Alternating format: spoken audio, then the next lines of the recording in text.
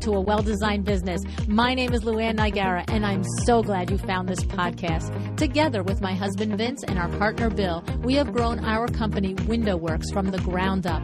So I know and I understand the challenges you face in running your interior design business. I also know that your talent alone isn't enough to ensure your success. So on this podcast, we talk about strategies and practical steps to help you grow your business. But make no mistake about it, we have our share of fun here too, mixed in with those aha moments that I love so much. This isn't fluff. Nobody has time for that. Whether you are a new interior designer or a seasoned designer, I am here to help you create and to manage the kind of interior design firm that you dream of. It's straight talk and it's action. Are you ready? Let's get started. Hi, welcome to A Well-Designed Business. It's Power Talk Friday. Traci Reuter is with me today. Traci is the founder of Divine Social. Traci's passion is to help lift up business owners, entrepreneurs, and anyone with amazing idea. She has a particular gift to be able to quickly see how to take your company mission, vision, and message and get it in front of the right people at the right time. She loves uncovering the strategy that is just right for you, and then she helps you map it out so that execution becomes simple. Traci is also the co-host with Dawn Marks of the podcast Social Media Marketing Happy Hour, so be sure to check that out too. This is a pen and paper episode, folks, so it's filled with tons of ideas about strategies, about the misconceptions, and about the tips that we need to understand in order to do paid marketing on social media. So while you look for a notebook, I'm going to tell you a little bit about Kirsch.com. Kirsch is a more than 100-year-old company that never sits on their laurels.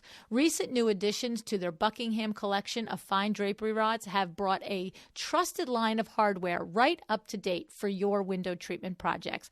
Check out the new finials, the color finishes, the rod diameters. Go to Kirsch.com to view their entire collection. And while you are at Kirsch.com, be sure to locate your area distributor so you can open your account today. All right? Got your notebook? Ready? Let me introduce you to Traci Reuter of Divine Social.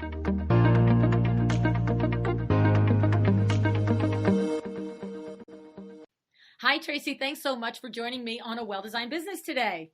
Oh, Luann, I'm super excited to be here. Thanks for having me. Me too. So, Traci, the Divine Social is your company, and interesting to me because in 500 interviews, I've had conversations with people who are experts on social media that are even product-specific experts for Instagram and Facebook and LinkedIn, but I've never had the opportunity to dig deep into the paid advertising aspect of Instagram and Facebook. And it is the biggest conundrum for me. I cannot stand it. And so therefore I don't do it. And, but I'm just really looking forward to, you know, what's so funny is I don't know where I've heard it, but somewhere along the line, I heard something about, well, if you start to pay for ads, then the algorithm will know that you're inclined to pay for ads. So your engagement is going to go down because they want you to keep doing that. And there's some sick thing about that makes sense to me. So I'm like, okay, I am not doing any advertising. Well, that's not true. Let me bust that myth. That's actually not true. Oh, isn't that interesting? I believed it. Yeah, I think that maybe it was perpetuated by people who are just anti-ads. And you're in good company because there's a lot of people that are like, I don't get it. I don't understand it. I don't want to lose my money. I'm not doing it. So it's so funny. I'm so excited to talk to you about it because I think paid traffic it's changed my life. That sounds really weird, but it has. Yeah. And I know the power of what it can do for businesses, whether they're small or medium or, you know, trying to scale. So it's just, it's really crazy. Fun. I almost preferred that you say that was true. Cause then I'd be like, okay, see, I don't have to learn how to do this. I'm sorry. I'm sorry. Oh, but it does feel a little bit like something that, yes, you're going to share with us some ideas and some strategies and tips. I'm 100% certain certain of it. But it also does feel a little bit to me, like, leave it to the experts, sweetie. Like, what are you doing? Like, get the drill out of your hand. You have no idea what you're doing. Well, you know what? Honestly, that's actually how I ended up starting my agency, because I have a show of my own, and I was, we were teaching at the time, we were teaching all things marketing, all things social media, all things, you name it, all things marketing. And there was a point in time that I remember, in addition to the show, we had like 17 courses. And I just had this epiphany one day where it was like, oh my God, these business owners, they have to run their business. They don't have the time and the bandwidth to learn how to do this to a degree that they're going to really get results. And it was kind of through that thought process. And my very first client was actually a listener. So because they heard me talk about it so much, I loved paid advertising. And he reached out to me and said, would you consider running my ads for me? And my co-host was anti done for you. Like, she didn't want to do agency work. She only wanted to teach. And I was like, I have such a passion for small business. Changed my life, my childhood. I have kind of a rich dad, poor dad, childhood situation. And so seeing what my uncle did by taking the risk to start a business, like, I just have a passion to see entrepreneurs win. So it was a no-brainer for me to start this, but it came from that same place of like, you don't have time to learn this the way a true professional can. And it's funny, I don't want to go down too much of a tangent, but in our agency, I hire, when I'm hiring new account managers, new Facebook ads managers, I tend to only hire people with experience. And it's hilarious. Even the people with experience don't have near the expertise that they get once they go through our training. And once they work. So even if you hired somebody from, like Upwork or, Fiverr, whatever, something like that, it is different than when you get to work with, people like us. So all the time. Yeah. That are really, it's your vocation, your calling, it's your business. It's just like us as interior designers, right? It's somebody can have great taste and put a room together, and somebody is a professional and knows all the things that we, the rest of us are going to completely forget. Right. Exactly. Yeah. And it's my dream is just like a little tiny thing that a designer would see that a person with good taste wouldn't see. And that's the same with us. Sometimes it's that 3 to 5% tweak that we make that makes all the difference in profitability. So interesting. And you're right about us as business owners not having the time. And it's funny because my listeners know that I complain about this all the time, but there was a time in business that you didn't have to know all of these things. I mean, what's interesting to me is when we started our business back in the 80s, and I've said this, my poor listeners are like, oh my gosh, she's going to tell the same story again. But, when we opened WindowWorks, we wanted to advertise WindowWorks. And so what was open to us? It was the weekly newspaper, that was the town newspaper, the Daily Star Ledger newspaper, which is the big newspaper that comes out every day. And then maybe there was like those RSVP mailers and different postcards or direct mail pieces, right? This was the way that you did this. But even when you did that, your biggest decision was evaluating where those pieces were going out into the world. Were they going to your target client, and how much did they cost, and how many runs could you afford? You didn't then have to figure out, how to devise the ad, how to typeset the ad, how to, make the ad appear in a newspaper. And now what happens with social media, because quote unquote, you can sit at your own computer and use Canva and create a template and create a Instagram post or a Facebook post. All of a sudden, you know how to do copywriting. All of a sudden, you know what image is the right image to attract somebody. Like, it's bizarre. Right? Yeah. And it's so frustrating because I said, when it's got to be, when the advertising started to change and it did become a little bit more digital centered, and all of a sudden even advertising outlets that would never have thought to have you do your own graphic layout on an ad would be, well, don't you have camera ready art? And I'd be like, no. Oh, well, you can go on Photoshop and you can do this. And I'm like, you know what? Let me give you a news flash. You see, I'm a drapery professional. You're the advertising professional. I'm expecting you to do your job, right? Yeah. And it's just, and now all the way down to our Instagram, where we can take our professionally photographed interiors. We have this amazing, beautiful post, but now the layer is added to us as business owners. We're supposed to decide if that should be boosted, and should it be boosted at $5 a day or $30 a day? And, what target market should I pick for this thing? It's crazy, right? It truly is. And then there's so many voices out there today too. There's a bunch of, there's a lot of gurus out there that are, quote unquote experts, but they don't actually do the work, Right. So there's that. And then there's the people that, that went and took a course and, put up a shingle and now they're an expert. And so, I mean, it's the Wild West. And I think in the beginning when, I've been doing this for a long time. So, I've got 25 years, right, of sales and marketing. I ran a division of AT&T. I have a very deep business background, but I was running ads on Facebook. I've been marketing on social media since MySpace, like before Whoa. Facebook. Yeah, I've been doing this for a long time.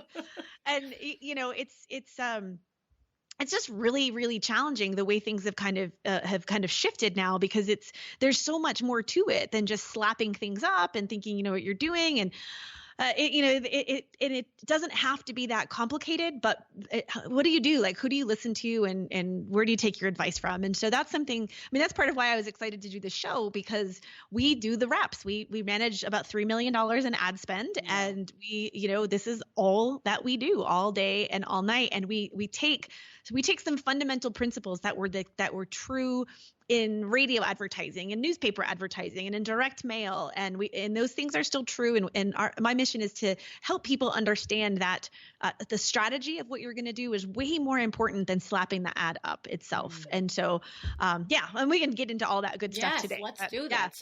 Okay. So then are there things that need to be in place before you start to think about this? Or, okay, let me rephrase that. I know we need to have our business name, our Facebook presence, our Instagram presence. We should have probably a good, strong, bio, on, or whatever that profile is called. Like, we're not going to go down to, okay, open an Instagram account, right? Right. Okay. Right. So like saying that we're in business, maybe we're in business 5 years, maybe we're in business 5 minutes. I don't know, but we've got all of that done. And we feel pretty good that our profile is looking good and that we've got a good body of work of professional photographs to work with. And we've got our brand voice down. Let's make the assumption that those things are in place, because Traci, on this show, we do spend a great deal of time about talking about our brand voice and expressing that. I have my good friend Nicole Heymer of Curio Electro. She says expressing it in all the nooks and crannies of your business, right? So make an assumption that we're not brand new to understanding how we present to the world. But let's say we've got that all locked down. Take me, for example. At the time of recording, I've got 10 or 12,000, followers on Instagram, and I've never done an Instagram post other than a silly boosted post for 4 days. And I'm like, why are you doing this? You have no idea what you're doing. Let's just pull this back down again. So my brand is well defined. My feed is well defined. I have a great relationship with the people that I engage with. But what's my next thing? What am I looking at here? Okay. Yeah. So one of my favorite books, it's an oldie but a goodie. It's The 7 Habits of Highly Effective People, right? Stephen Covey. Yep. Great book. I go back to this on a regular basis. One of the principles is begin with the end in mind. So the first thing you have to think about is what's your ultimate end goal? Is it consultations? Is it jobs? Is it like what is it? Like, what is that ultimate end goal? And that ultimate end goal should be tied to whatever it is that your ultimate offer is. Do you have is it that you're doing staging, you're doing a room for somebody, like I don't know, like what's the offer? And so that's the first place that you want to start with, is what is my offer? Now, this is some advanced but basic stuff that I want to take everybody through. There's something called the customer journey. You can Google it. There's slightly different twists out there of different things, but essentially the customer journey, think of it as a timeline that starts with someone who has no idea who you are, no idea what you offer, no idea that you can change their lives, no idea that you can make their space, their environment, their whole world better by, you putting your talents to it. So that's on one end. And on the other end of the customer journey is someone who has become a raving fan. You've done work for them. They refer you out constantly. They're hiring you over and over again. Like that's the timeline, right? From no idea about who you are to that raving fan. And so that whole thing is actually really, really important if you're going to invest in advertising. And I say invest because I never want you to spend money on ads, because if you spend money on ads, then you actually haven't thought it through. Does that make sense? Yes, it definitely does. Yeah. So I just as I mentioned to you before we went live, I did a consult yesterday. One of my nephew's friends has just started a business, and he thought the solution to his problem was ads. And when I spent some time with him, by the time we were done, I said, look, I'm an ads person. Like, that's what I do for a living. I'm the kind of person that asks for more money for budget. I want more, right? I'm telling you right now, you have no business spending a dime on advertising until you get some of these other things squared away. So this is really important, because you can have the most amazing advertising in the world, but if your offer, if your call to action, if all your things are not really solid, the rest of it doesn't matter. Okay. So that's the first thing is you have to be really clear on what the end goal is, right? So begin with the end in mind. Okay, so now that we kind of have that established, right, there are, if you look at one of the customer journey models, there's it's pretty simple. You go from people having no idea who you are, to being aware, to being interested, to now considering, do I want to work with you or not? Do I want to hire you or not? To pre-purchase. So some people think that consideration and pre-purchase are the same thing. They're not. There's actually a step. Pre-purchase is they're just like, they're right before they're getting ready to buy. Maybe they have a couple of questions, but it's much further along than consideration. Right. And then you have purchase. And then beyond that point, there's a couple other of steps, but that has to do more with customer retention and satisfying and doing great work. And so we're going to assume that everybody listening does great work. Right. I say the same thing. You're a fabulous designer. Fabulous designer. So we're going to just assume that once they purchase, like the rest of the customer journey is easy. So, when you're running an ad, when you're thinking about paying for social ads, so whether it's Instagram ads or Facebook ads, these things are super important. And most people, when they click that boost post button, which is like the bane of my existence, I swear to God, Facebook does that. I swear it's Mark Zuckerberg's way of like getting more money out of people. And he laughs at us every time. He does. So the reason I'm so against boosted posts, I mean, I've got a couple of reasons, but the biggest reason I'm against it is because you're not starting with the end in mind when you boost a post 99% of the time. Okay. You're just like, oh my gosh, this Facebook just told me that this post is doing really, really well. I should probably boost it, right? Right? And no, I've never thought that. I've never done that. You know what? This is a safe place for everybody. It's okay. Okay. There was a time I did it, before I really became a pro, before I really understood some of this stuff. So I mean, that's just one reason that I'm really anti-boosting posts, because there's not a rhyme or a reason. It's more of a, let's try this and see if something comes of it. And it's like, well, that's missing the point. Like, that's missing the whole point. So it's really, really important to be thinking these things through. And so, okay, so like, let's just say we're, at the time of us recording this, it's holiday season. We're at a holiday party, and I don't know anything about you, and I don't know anything about what you're capable of. And I am, unbeknownst to me, I am a perfect potential client for you. So knowing what your offer is, what kinds of information would I need to have in order to go one step closer to hiring you? Now, I've used this analogy a lot. It's overused in marketing, I think. But when you meet somebody for the first time, when you met your significant other or your spouse, maybe you haven't met them yet, like, most people don't get married on the first, like, love at first sight, right? Right. Like, now in my case, like, it really was love at first sight for my husband, but it took us 2 years before we got married. Time. But what people do when they slap up these ads is they're essentially hoping that someone's going to buy. They're hoping it's going to be love at first sight, when there's no trust, right? They don't know who you are. They don't like you. They don't trust you. They have no idea that you can solve their problems. Okay. So all of these little principles are super, super important that you have to start thinking through before you decide to put any money. Like I want to save you money so that you can, when you're ready, you can actually invest in ads. So okay. So let's go back to the holiday party, right? Right. Back to the holiday party. So I don't know you, I don't like you, I don't trust you, but what conversation, if we started having a conversation, what could happen in the conversation to get me to go from never knowing who you are before, you're a complete stranger, to suddenly having interest in knowing more about you?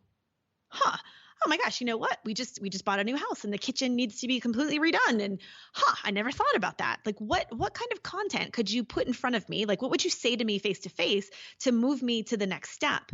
And that's how you need to think about what should be in your ads. You should be thinking about how can I, and this is something we've been doing for the last 4 years, is architecting out a process to essentially, we're engineering a process to get prospects to fall in love with you. And that's really all we're trying to do, is how can you help build up that trust factor so they're like, I want to know more.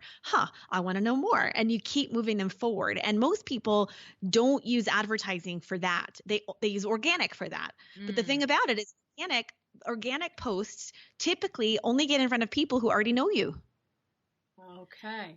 Right. Unless you're doing some really hard, like on Instagram, you're doing some really hardcore outreach and using hashtags and really trying to grow your profile. And hopefully they're real people and not like, Right.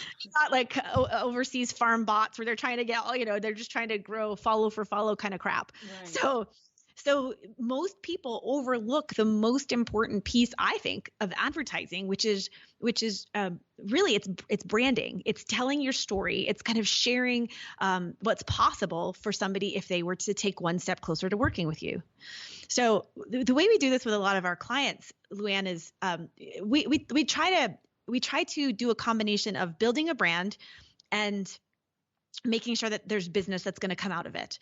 And so how do we blend those things? Well, what we're doing with all of that is we're trying to back up, right? So start with the end in mind, and we start to back up, like what piece of information would somebody need to be able to move one step closer? And so we usually work with our clients to help them create, a lot of times these days we're doing video, because video is huge, right? So what can we do to demonstrate? What can we do to show the journey of what's possible? We do a lot of work in the arts and crafts space. So that space is highly, highly visual, and it's highly, demonstrations are huge, right? And so I know for designers, it's the same thing. Like imagine like the next time you do a job, let's just say like you are redoing a kitchen, have a camera set up and do like that. Oh gosh, it's escaping me, but when you can speed it up. When you can show right. Time lapse. Time lapse. Thank you. So have a time lapse photo where you're showing, you're not necessarily showing the before and after, but you're showing the transformation. And then you end with this beautiful, shiny after. Having something like that and putting that intentionally in front of the potential right people. So maybe it's geographic because you're focused only on the local area, whatever the case might be.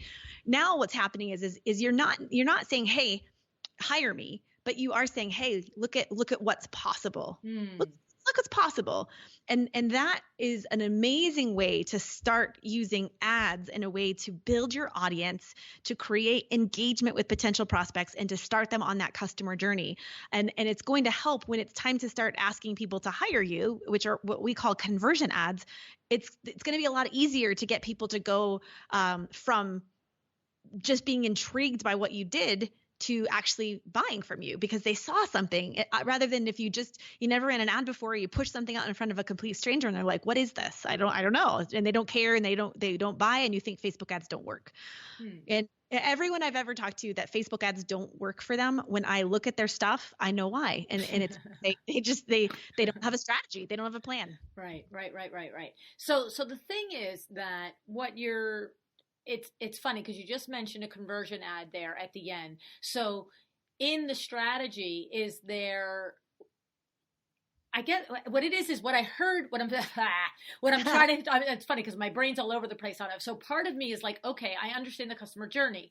I understand that we want to walk our customer through that journey and go through the different phases with them and lead them through the different things that are possible in working with us. And then ultimately, you end up at this conversion ad, but you don't know when somebody enters your Facebook feed or your Instagram feed. So is it not as literal as that? Is it just that you're constantly feeding out the beginning type ads and then you're constantly feeding out the conversion type ads? Like there are two different types of call to action. One call to action, to your point, is what is the possibility look like of working with me? But then ultimately a call to action conversion would be, click this now to make a consult with me, right? Yeah. So is that what it is, as opposed to if I were going to send you a digital email sequence, I'm going to feed it to you in the way I'm going to notice that you're opening it. I'm going to feed it to you in the way you open it. But with social like this, are you just putting it all out there all the time, and every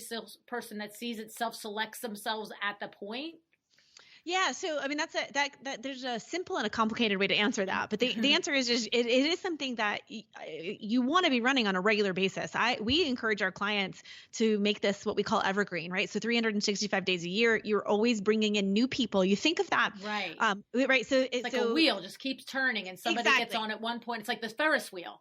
Exactly. Right. Because okay. Not only do you have a customer journey, but the length of your customer journey is incredibly important, right? Some people are going to come into your ecosystem. They're going to learn about you for the first time, and they're going to have a project that they need right now. And it's perfect timing. It's like, it's divine intervention. They're like, woo, right? And then there are other people that are going to see you and they're going to watch you and they're not ready. And their timing isn't right. And that could take 6 months, 2 years, 5 years. You don't know. So that is probably one of the hardest parts about, using ads, is if you don't have a plan and you don't know your customer, we call it, the sales cycle. You don't know how long your sales cycle is, right? Does it take 6 months for someone to come into your ecosystem before they hire you? Like what's that length? And so this whole process is actually designed to try to shorten that so that you can get good information in front of them and move them through the process. So number one is if you have something like this running all the time, and maybe, if you're just getting started, you keep it really simple. You have this really great demo that highlights everything that you've done. It's amazing. And you just keep it simple with something like that. But maybe you have access to a whole lot more content, a whole lot more, video assets and things like that. And then you can test which one did people engage with more? Which one did people watch all the way through? And the cool part about these ads, when you run it as a paid ad, you can actually build audiences of people who watched your video. So let's say that you run a video and you've got this great video that you had produced. It really highlights your work. You really feel like it's that information that somebody would need from you at a holiday party to be interested to have another conversation. Well, when you start running that in the news feed and you target, the ideal prospect for you, and maybe it's a geographical range again. Now, what happens is you can actually say to Facebook, hey, everybody that watched 10 seconds or more, create an audience of these people. And then you can send an ad to those people who watch 10 seconds or more, or 25% of the video, or 50% of the video. And you can send those people, the ones that watch, like, let's just say you want to send people who watch 75% or more. You want to ask them to hire, to set up a consultation. You can create an audience of people who watch 75% of your video with a different ad. And so now it's like, oh, okay, well, they only watch 50%, so they're not going to see that one because they're not quite ready yet. And so you can you actually have a lot of control. I know for a lot of people that don't understand all this, it feels like it's super out of control. Yeah. But once you kind of slow down and take a deep breath and realize some of the things that are possible, you actually have a lot more control than you realize. You have way more control than you have with organic, way more. Wow. It's amazing. And the thing is, it's funny because, when we do a Google search and the first 3 things that come up are, the paid ad, I categorically never click on those. I don't know what it is. I don't know what my problem is. It's like, I'm just always like, I'm not doing that. I'm doing the first organic one, or I'm going to look at the organic ones, right? Is there any...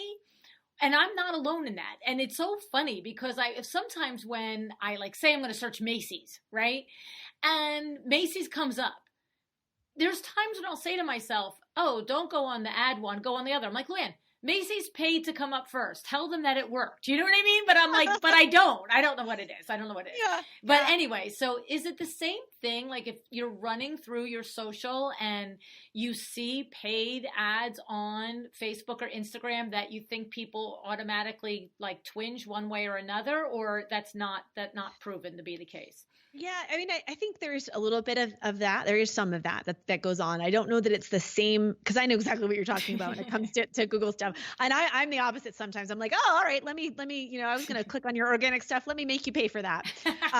And sometimes sometimes I don't because I know it's costing them. So, Right. but I mean, there is a little bit of that. But the other thing too is you have to remember you bring up Google. Google, when you do that, that's search and that's intent based, right? So the reason those ads came up is because that business said, hey, anytime somebody is looking for this, we want to show up. We don't care that we're the first organic. We want to show up in this. Right.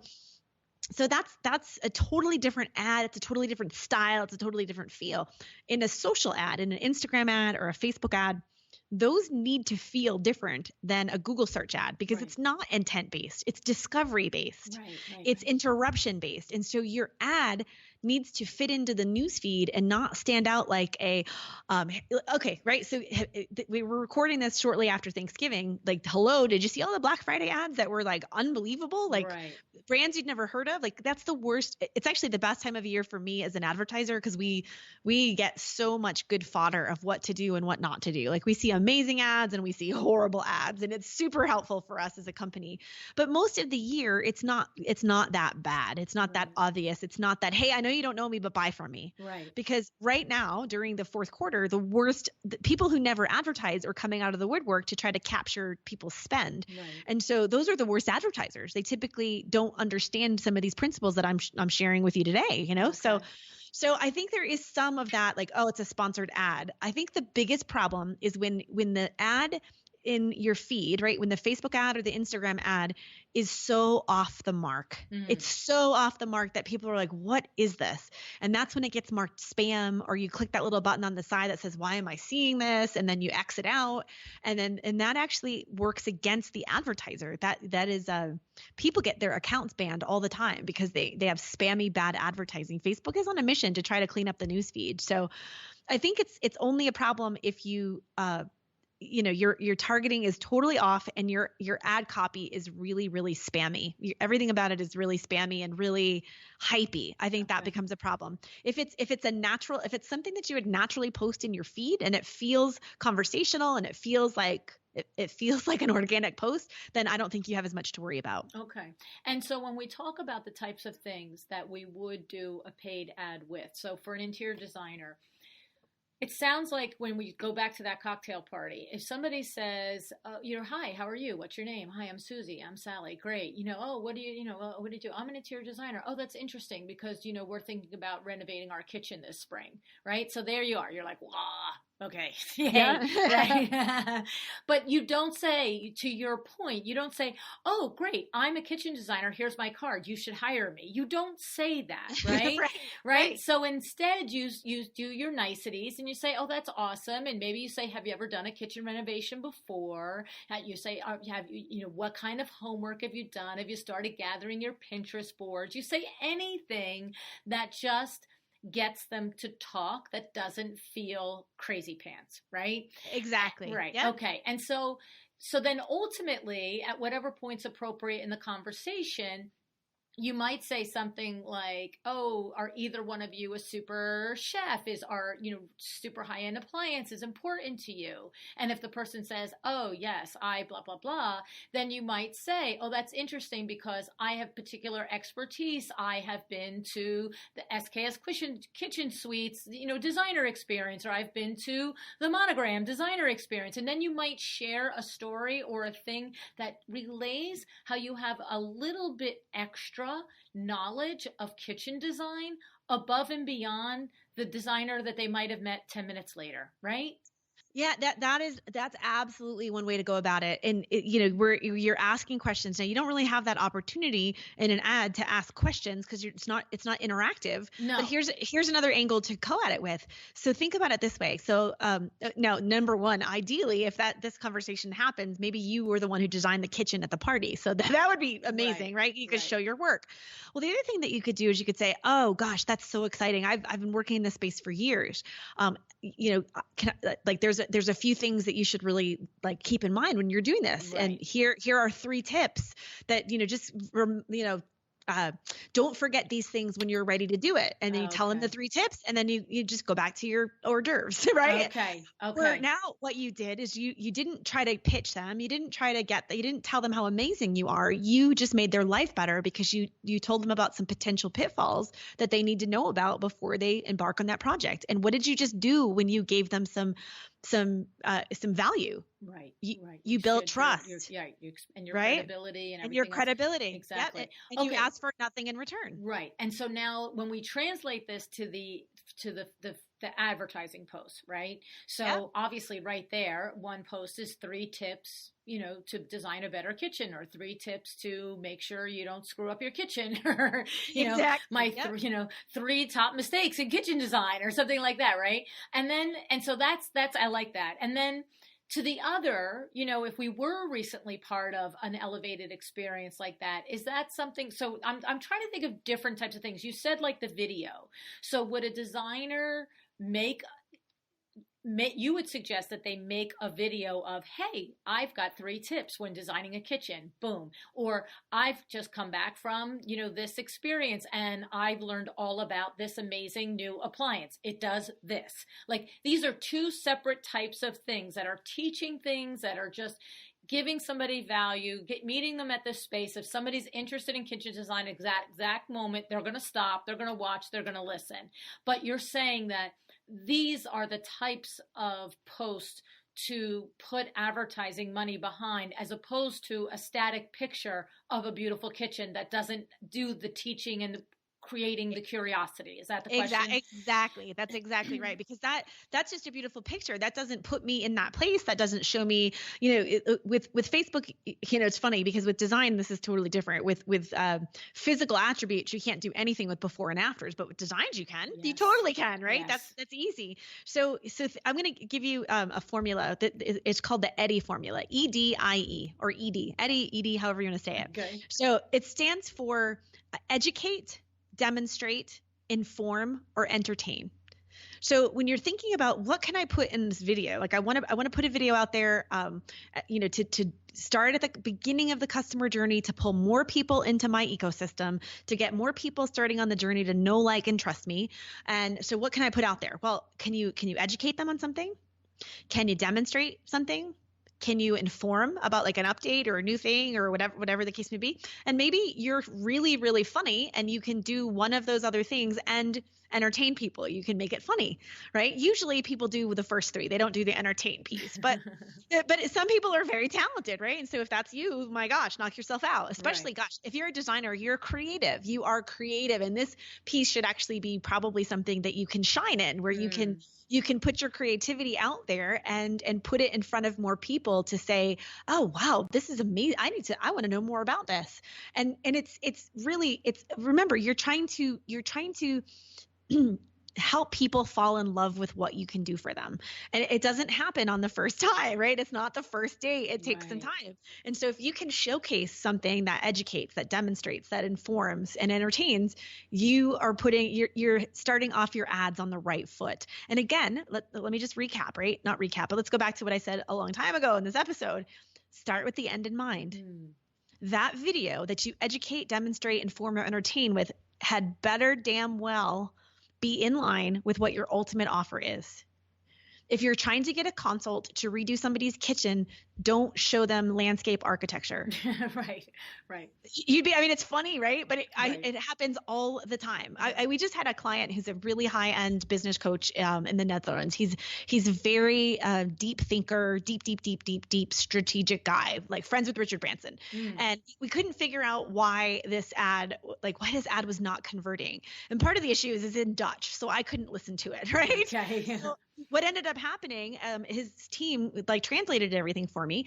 And what happened was the video that he used at the beginning was very intense. It was very strategic thinking. It was very, very left brain. And the next step that they were leading people to was very whimsical, very silly. And it wasn't congruent. It was out of line. There was no alignment. So I say it jokingly, but some of the smartest people I know miss this piece, Right. Right, because they're trying to be all things to all people, right? He's saying, okay, finally the first video, that was his true authentic self. I'm a deep thinker, and then somebody said, you got to lighten up, man. You're going to drive people away. But the people who are attracted to the first one are not attracted to that second one. Exactly. So there really has to be congruency across the entire thing. So this is okay. So this is where if you've got all sorts of other things that you want to share, that's organic. Do whatever you want in your organic posts, but in your ads and the stuff that you're investing money in, it's got to be congruent with the ultimate end goal of where think of yourself as a tour guide. You are the leader. You're the one who's leading these potential prospects from that place of they've never heard of you, and you're trying to lead them all the way to raving fan. Okay. Now I want to talk a little bit about how we do the advertising and actually what sort of dollars and, yada, yada. But I have one question on it before we leave that area. Is there, in your mind, a significant difference in the ROI on a paid video post as opposed to a paid picture post? Well, it depends on the stage in the journey. So right now, with all the traffic that we've run, with all the ads that we've run, video still outperforms everything, hands down. The other thing video does is it allows you to build up an invisible audience of people you can retarget. So if you run a static post, so just an image post, if you run an ad with just an image and some text, you can't retarget anybody that sees that ad. Oh. But if you've got video, you can retarget people who have watched that video. So there is a definite ROI difference between the two, but there's an intangible value that video hands down beats static images. Okay. Now that being said, we use both. We totally use both all the time. Right. But if you're limited on budget, you absolutely positively want to use a video. Okay. Hands down. And we're talking about video in the main feed. We're not talking about doing stories or doing IGTV. We're talking about video in the main feed. We're talking about a video ad. So that video ad could be running in the main feed. It could be running in what's called Audience Network. Have you ever been in an app and you have to see a commercial in the app and a video starts playing? Have I ever been? Like in a phone app, you're on your phone and maybe it's and all of a sudden you have to see an advertisement before. Okay. But it's a video that's playing. Yes. That's a video ad. And that's coming from Facebook. That's coming from Facebook or Instagram. Oh, wow. So the video could be playing in the main feed. It could be playing in what's called the Audience Network. It could be in stories. It could be in a variety of places. So it's primarily in today. In 2019, going into 2020, we are seeing the majority of the results coming from mobile. So it's coming from mobile devices, from tablets. It's not necessarily from people's computers. Right. It also depends on the age group you're targeting. But for the most part, across all ages, it's all coming from mobile. So it's a video that could be on any of the different Facebook. They call it placements. So it could be on any of the different placements, not just the feed. Okay. But how do we put it anywhere other than the feed? When you're setting up the ad itself, you actually so when you're boosting a post, you have no control over this. Okay. Zero. Yeah. And that's part of the issue. The boosting post doesn't give you the level of control that you want to have. So when you actually set up an ad using the Facebook Ads Manager and you use the Facebook Ads Manager to run an Instagram ad, same place that you set it all up in, when you are setting it up, you have the option of where you want the ad to show up. Oh. So you can control, I only want this to be on mobile devices. I only want this to be on Instagram. I only want this to be on Facebook. Like you get to choose where it goes. And you can say, I want it on the Instagram main feed, or I want it in Instagram stories, or I want it on. Yep. Oh, see, that was, when you don't know what you don't know, you have no idea what you're talking about. How's that?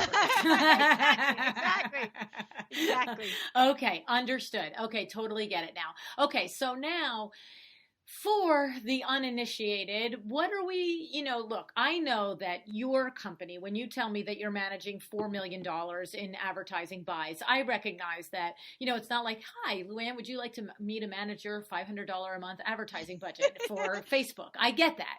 But say I was like, look, my business is not a small business, but for something that I don't know a lot about, I'm not willing to probably, if I were even to say, okay, I believe in all this stuff and I'm going to put $500 a month aside for Instagram and Facebook ads, as much as $500 isn't quite really technically a lot of money, and it's certainly not a lot of money in my advertising budget for the year.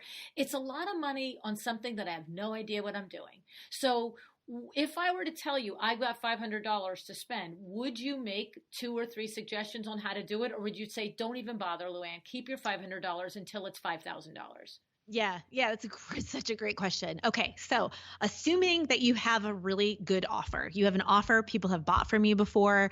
I call that an offer that converts. So you have successfully done this business. You've actually got a track record, right? People want what you have. You just are in a position where you want more of them, right? Mm-hmm. So if the answer to that is yes, then we'll keep going. If the answer to that is no, don't spend a dime on ads. Okay. Don't spend a dime on ads until you know that you have an offer that people actually want to buy. Okay. Because otherwise, and unless you have capital that you are totally comfortable investing. Yeah. Putz around with it. It's like going to Atlantic City. Let me just see what happens. That's right.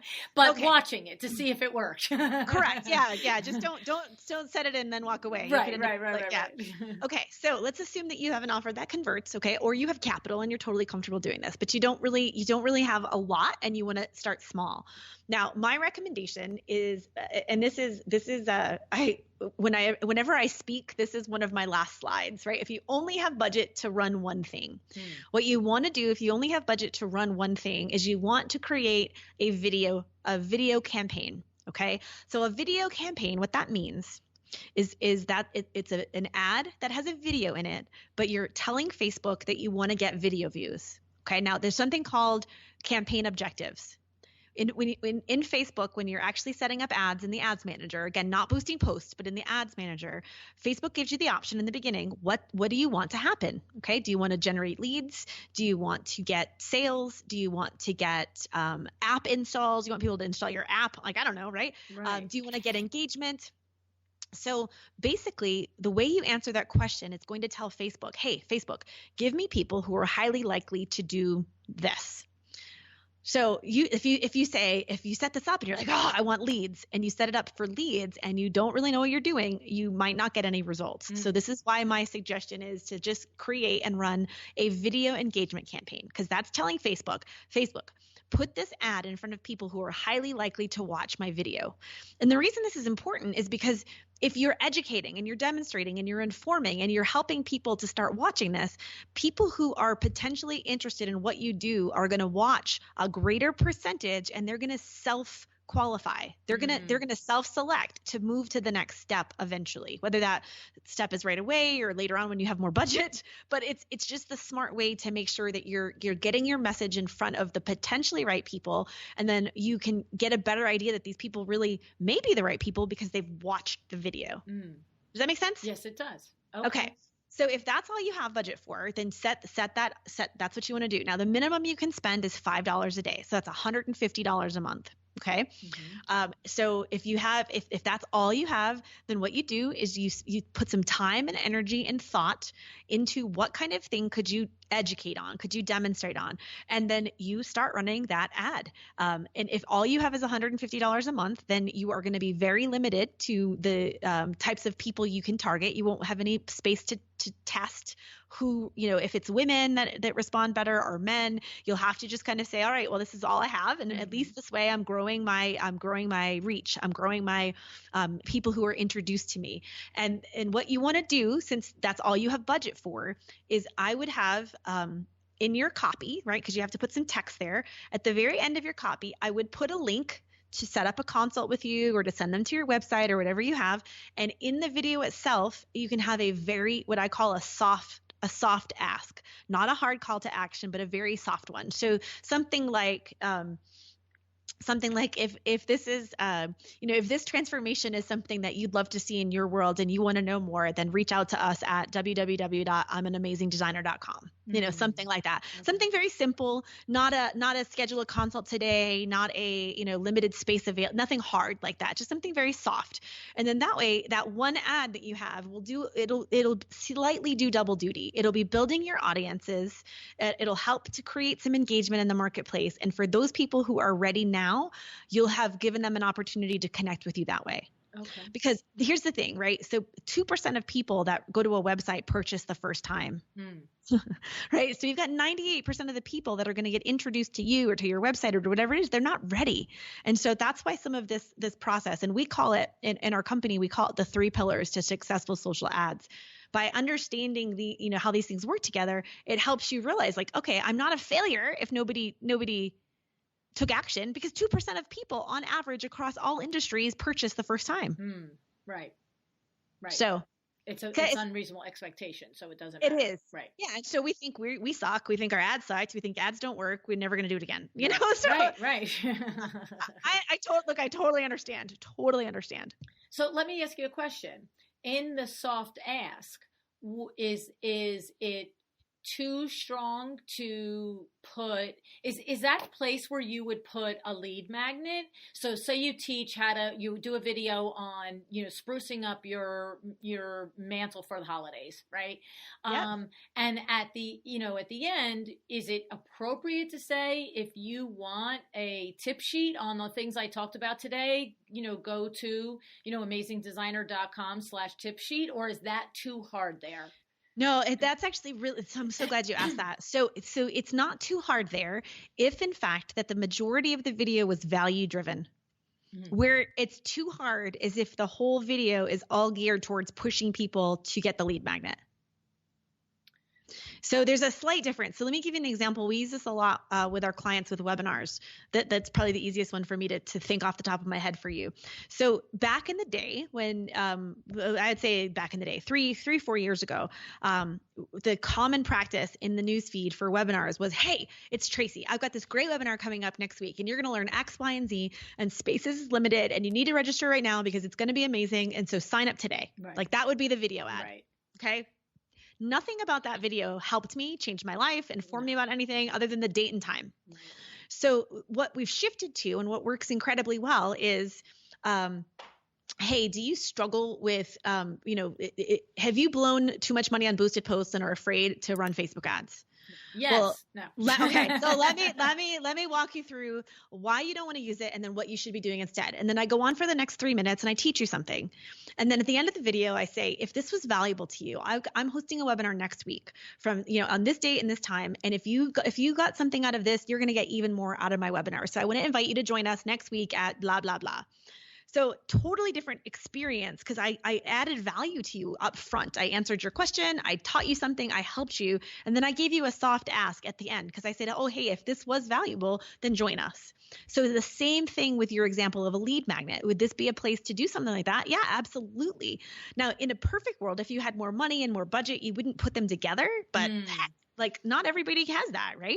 So if your budget is limited and you've got a beautiful, amazing lead magnet, and it makes it, and the lead magnet is ultra congruent with what you're teaching in the video, and that's also congruent with your end goal, then yeah, by all means do it. And just make sure that the video itself is not just about, hey, in this lead magnet, you're going to learn X, Y, and Z. Make sure you teach them something before they get the lead magnet. Give away good stuff without asking for anything in return. Right. Exactly. Understood. Right. So the 2 big points are teach the thing you're going to teach, but maybe you're going to make it easier because there's a checklist or something that you can, maybe you're teaching organizing your, laundry room, your mud room or something. Right. So you might have a little video of you doing that. And then there's a checklist to help you go through and say, did you have storage for all of these items? Right. And then the other thing is that you're saying is that it lines up, that we don't teach how to organize the mud room and then the checklist is how to decorate the mantle. Oh, and I've got another thing, right? Like you could learn how to do a mantle. Okay. Now, is there, if we're going to jump off the bridge and create some of these videos, what's the time frame? Is it like a 1-minute video? Is it a 5-minute video? Is it a 10-minute video? What's our rule of thumb there, Traci? Yep. Great question. So if you want the video to go everywhere, if you want it to be on what we call all placements, the maximum length of your video can only be 15 seconds. So I don't recommend that. All right. I recommend that for e-commerce. Like if you were selling something cute on Etsy, like fine, that's totally fine. But typically what you want the video to be able to be a little bit longer. You want some time to really show something off or really teach something or really help add value to someone's life. So the answer to that question is the video should be as long as it needs to be. And I know that's not very specific, but typically the sweet spot is somewhere between, I don't know, between 2 to 5 minutes. We've run videos that have been, gosh, the longest one we've run in the newsfeed for a client who's a business coach. Actually, no, they're not a business coach. They are I am not sure what you would call them, but they're a coach. Let's say a life coach. They're a life coach. Okay. We ran a video that was 49 minutes Wow. in the newsfeed, and that video made them $89,000. Whoa. And that's the type of video where when it comes in your feed and you're watching it, all of a sudden there's a moment where it says, hit me here to continue watching, right? No, actually that one just played fully in the newsfeed. That hit there to continue watching is something slightly different. That's more of a, that's Facebook. That's their video feed. That's where Facebook is trying to be, they're trying to beat out YouTube, where they're playing a lot more videos. So that's a little bit different. This one was straight in the feed. So it's if somebody posted a video, they posted a video of their kids, on a dance recital, and you sat there and watched the whole darn thing. That's what that is. Are we talking about Instagram now or Facebook? In this case, it was Facebook. Oh, yeah, okay, you can't run 49 minutes. Oh, okay. That was my other disconnect. I keep thinking Instagram. I'm like, what? It's in Instagram, 49 minutes. So what you're talking about on Instagram is IG stories, not IG stories. I'm sorry, IGTV. Right. So IGTV, you'd have to click to continue watching and switch over. No, this was in the Facebook news feed. It was 49 minutes. Wow. Okay. So in the Instagram feed, if you want to run a video in the Instagram feed, the longest you can run there is 2 minutes. So if you want to run Instagram feed and Facebook feed, then your video should be 2 minutes long. But you know what? Let's touch on this real quick, because the question comes up to me all the time is, should I not even bother with Facebook? Everyone's on Instagram. Should I just focus on Instagram because my people aren't on Facebook? Does that come up in your world ever? Or? Yeah, and look, as soon as I say something, there's going to be 20 people going to say, that's not true, right? So what there's designers out there, Wendy Wallace-Chuck and Rachel Moriarty, who are killing it on Facebook and getting clients every single week. Like they have great shows that they give tremendous value. Wendy has the Daily Deets, and she teaches, homeowners all different kinds of things, and she's gotten so much business from it, right? But I think it seems to me just big top view looking down on it, not a designer, you know what I mean, like that. But it feels like on Instagram is a lot more of the posting of the portfolio pictures in the main feed, the behind the scenes on the stories, and that Facebook is more where they interact. We are interacting and talking to each other about how to do things. So I guess I'm put it this way. I'm less aware of, maybe it's just because I don't follow their individual business Facebook accounts. That could be the disconnect. See, I'm in the Facebook groups with the interior designers, and so there's lots of camaraderie and collaboration on teaching each other how to do things. And there are there's some designers that I'm aware of that are killing it consumer facing on Facebook. I don't know that that's more than there are less. I think it's less than there are more, is my point. Yeah, that's a great question. So the one thing, just to bust a myth a little bit. So Instagram is for designers and for anything that's graphic and visual. Instagram is amazing for you to have a beautiful feed and to have great content. It is the place where more people discover brands and businesses than any other place. So it's insanely good for discovery. Now, that being said, Facebook is still the granddaddy of them all, where the majority of the world is. So what I would encourage if you're listening and you're thinking about, well, I'm just going to run Instagram ads only, I'd actually encourage you not to do that. Don't overlook Facebook. Even though Instagram is really, really powerful from a discovery standpoint, what we find is it's still not the most amazing place from a conversion standpoint. Now, not to say that you won't get business that way, and there aren't people that are doing amazingly, amazingly well, but it's people tend to go there to just sort of scroll through the feed and look at everything where, and I mean, don't get me wrong. I personally I've bought lots of things through Instagram, like, oh, I'm like, that's interesting, and I'll buy it. But I'm also I think those of us that run ads tend to know, like, what's the saying? Game respects game. Like I respect, you know what I mean? Like I respect a good ad. I'm like, oh yeah, that was good. That was good targeting. You're right. I do need that, So I definitely know that's possible, but I just want to encourage people, don't, if you're on Instagram and you never go on Facebook, don't rule Facebook out. It's the same principle for business people, for business to business people who are like, well, my people are not on Facebook. Well, I'm gonna have to agree to disagree with you on that one, because the majority of the world is still on Facebook. So don't ignore it. So I just wanted to make sure. Well, and you're right. Even to my point, what's interesting is, I made your point in a backwards way. Like, we're on Facebook to meet each other and to talk and support and see what's going on in our lives. My high school friends are on Facebook. That's where I communicate with my high school friends. I don't communicate with my high school friends on Instagram. So if I'm a typical target client for any potential, any interior designer out there, if somebody wants somebody in their 50s, on their downsized home, baby boomer, guess where I am? I'm on Facebook talking to my girlfriends from high school, right? Exactly. So it's kind of funny. Because I don't go to Instagram for socialization. I go to Instagram for everything with my community, right? So, and that's, crazy, but that's my work, right? I mean, you know what I'm saying? Like, I go there, I see what my community is doing, my designer friends, are we talking about this? Are we doing that? But where I go, I guess what I want to say is, where I go with a glass of wine and my head down and my work hat off to relax, is Facebook. Yes. Yeah, that's so bizarre. It's so bizarre.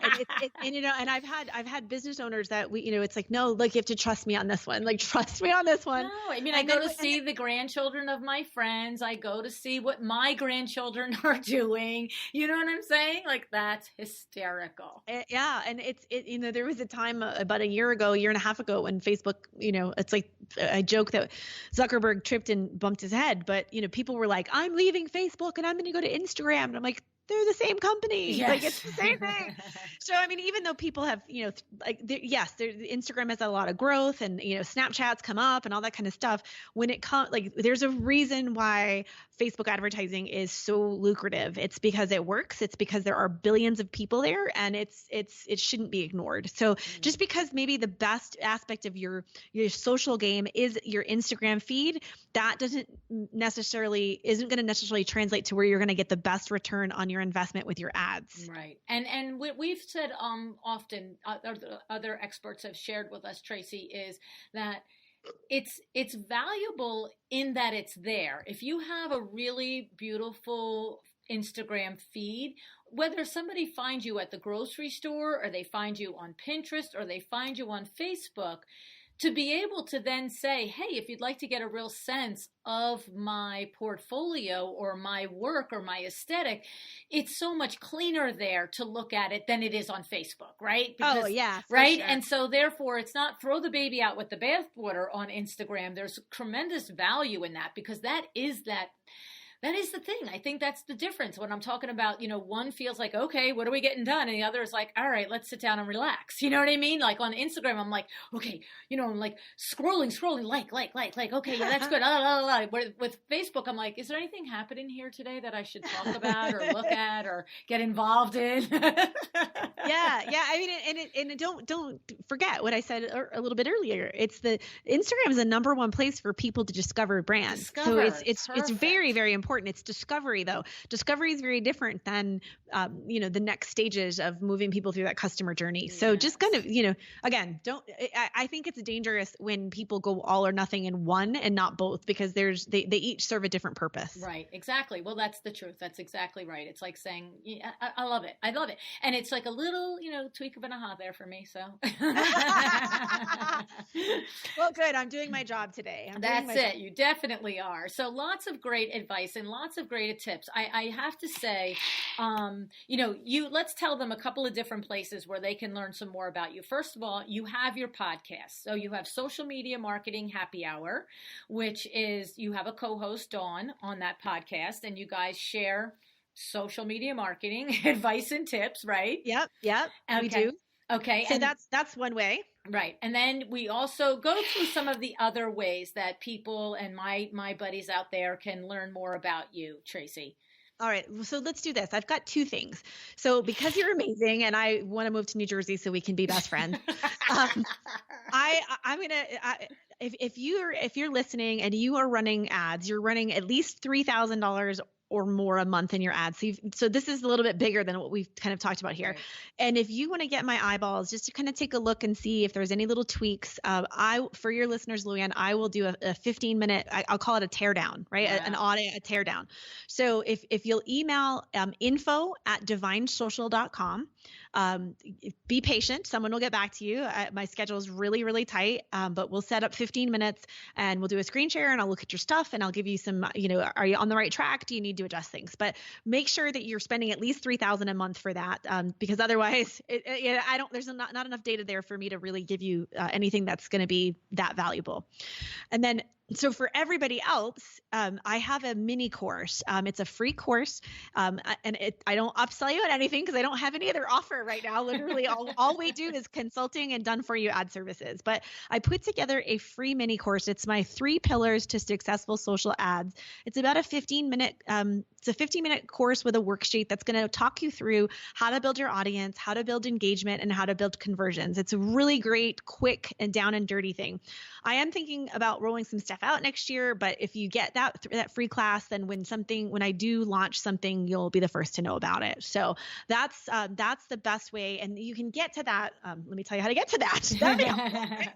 Oh my gosh. So if you go to divinesocial.com/a well-designed business, if you go there, that's especially for you as a listener, and you can get my free mini course. Okay. I love it. And I have to say, it makes total sense to me that we would have to be doing at least a $3,000 per month minimum ad spend for you to have something to evaluate. I mean, if I come to you and I said, I did this one boosted post, did it work? Like, it's like, it didn't work, and stop. Yeah, right. Like, I mean, I think everything, if you're running under that, really everything I shared today hopefully helped you. I mean, if it didn't, I'm not doing my job right. But if you're under that level, get the mini class and re-listen to this episode and take some notes. And I've got a YouTube channel as well. Like if you go to that page that I just shared, like I've got all my social links, and so definitely head over there. And there's so much information that you can get. But if you are doing 3,000 or more, I'll take 15 minutes because I love Luann, and we'll help you evaluate some of those things. That's awesome. I do appreciate that. And I will just share with you guys that it really is about half of the minimum that she usually has as the criteria to begin in her journey working with her. So Traci really is giving us a present here. If you happen to find yourself in that space where you and your team are spending that amount of money, then you may as well have an expert look at it. And even I'm sure if you're spending that amount of money, you're working with an expert, but we all know another set of eyeballs is always a great thing to have. And so thank you, Traci, so much. I appreciate that. And honest to God, you gave us so much good advice, just for us out here that are sort of just winging it and dollar and a prayer here, trying to get it done. And you know what? I have such a heart for that, because it takes a lot. I think it takes a lot to take the risk to start something and to put your talent out in the world. And just because you're an amazing, designer doesn't mean business comes naturally. And so I have so much respect and admiration for those of you that are doing that. So I'm happy to share. Happy to do it. Thank you. Thank you. Thank you so much for joining us. Thanks for having me.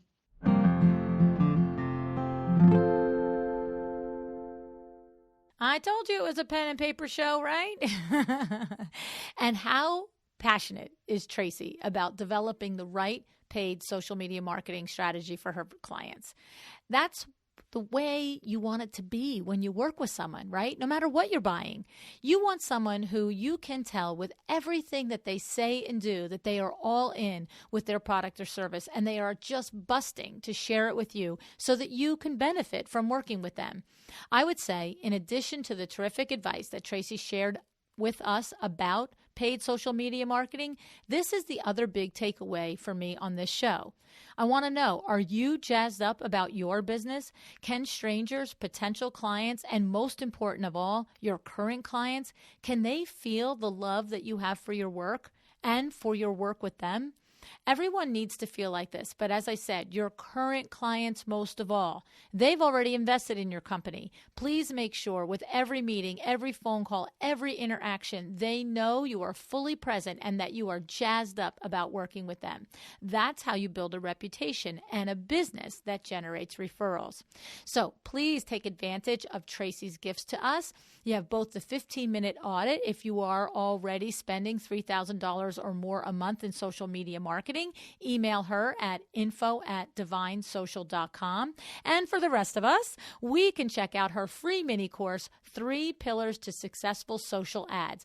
Go to divinesocial.com/a well-designed business. All right. I announced it on Tuesday. The 4th birthday party for the podcast will be at Kravitz New Workspace Center at 200 Lexington, New York, New York, March 19th, 2020. Please just RSVP for the event. Kravitz and 200 Lex are hosting the event for us. It starts at 5:30. Please come out. You'll meet many of the previous guests. You'll meet my whole team will be there. The Kravitz team will be there. It's always an outstanding, fun night. We laugh like crazy. I mean, we really do have such a good time meeting and talking and hanging out with each other. All right. So, and on Tuesday, I thanked those of you that have recently left a review on Amazon for both of my books. Today, I want to thank those of you who have recently left a review on iTunes for the show. So I do read every single review. I am very grateful that you do that. It's helpful for me because it really does help me know what it is about the show that you like. And why is that helpful? Because then I know what to keep doing. Okay. So thank you if you've taken the time. I have heard from many people how annoying it is to leave a review on iTunes, the hoops that you have to, jump through. And I've experienced it myself when leaving it for other shows that I really like. So, but it is just so appreciated by me. I really do thank you for it. All righty. So go forth. Be profitable, make a successful business, have a great day, and decide to be excellent.